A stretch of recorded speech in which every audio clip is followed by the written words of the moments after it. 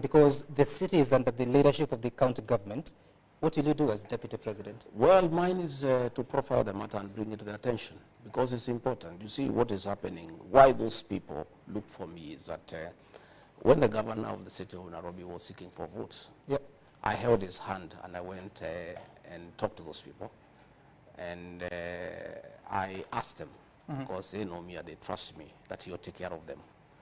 And once they feel that they have not been taken care of, they have come to me, because I was guarantor to Governor Sakaja that he would take care of them. What does that mean, guarantor? Guarantor is like when you go to a bank and you want to take a loan, yep. and you don't have security, somebody else can come and offer his title deed for you.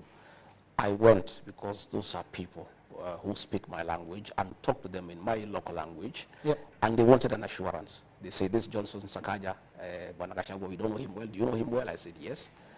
Are you telling us that if we give him our vote, he'll take care of our business interests? I said, yes. Are you giving us that assurance? I said, yes. So I gave that assurance, like all you do when you are campaigning for somebody. And therefore, when probably they have felt that the governor has not treated them well, as the guarantor of Governor Sakaja, they have sought me out and asked me questions, hard questions. That's what I'm asking. What are you going to do? Because well, there's separation of powers. The fact that we are discussing the matter with you here. Just hold on, Deputy President. The separation of roles between the national executive and the county executive. I am not pretending to supervise the county government. Advocacy is part of governance.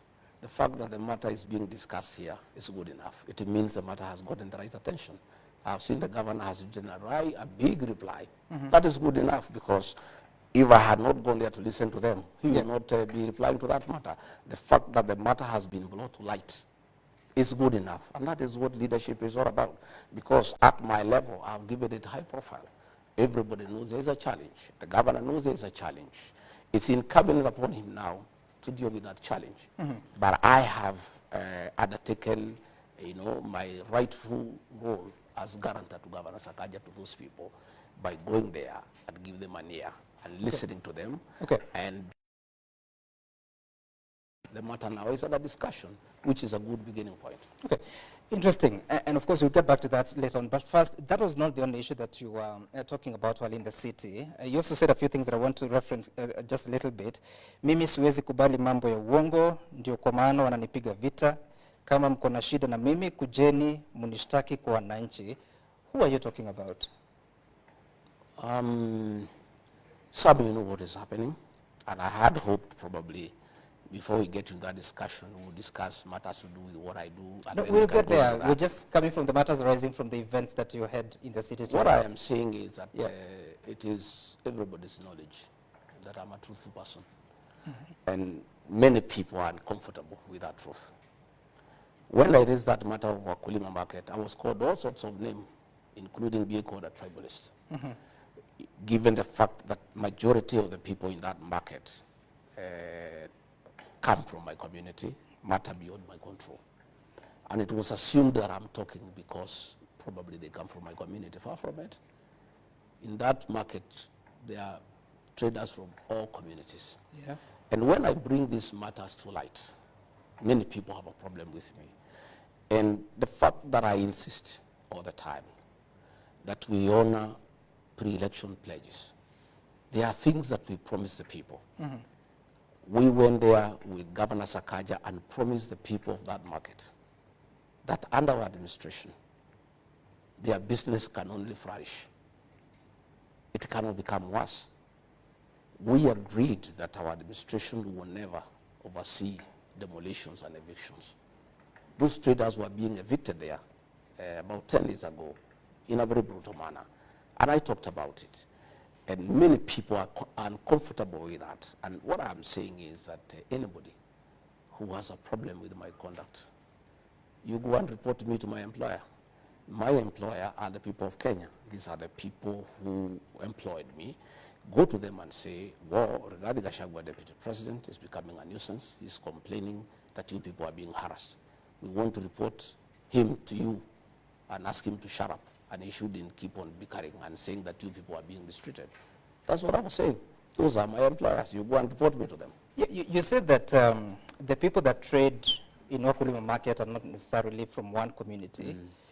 But then again, in some of those instances, you spoke in your mother tongue, Yes, Kikuyu. I did. And some are using that to say that you're being a tribal leader. I did. I spoke in my mother tongue. When I looked for votes for Governor Sakaja, I spoke in mother tongue. He didn't have a complaint.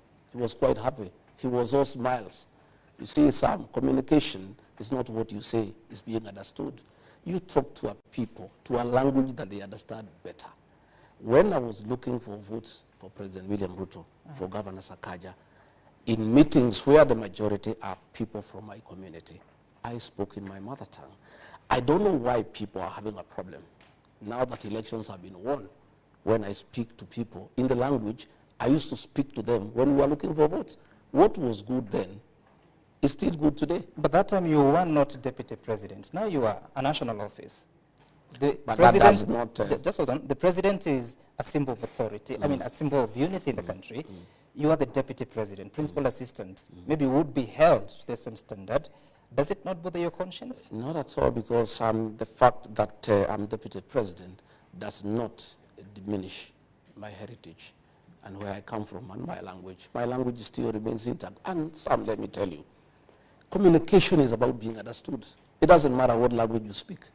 You speak the language that people understand. Even if more than 40 communities of the Republic do not understand what you say. But they were not in that meeting. But they're hearing. But the people you are addressing, we were addressing specific issues in Wakulima market. Those issues are specific to those people. You talk to them the language that they understand most, so that you agree. You've just told me that the Wakulima market is not just the Kikuyu community. There are other communities that trade there. I spoke 70% in Swahili. Yeah. And 30% I spoke in Kikuyu.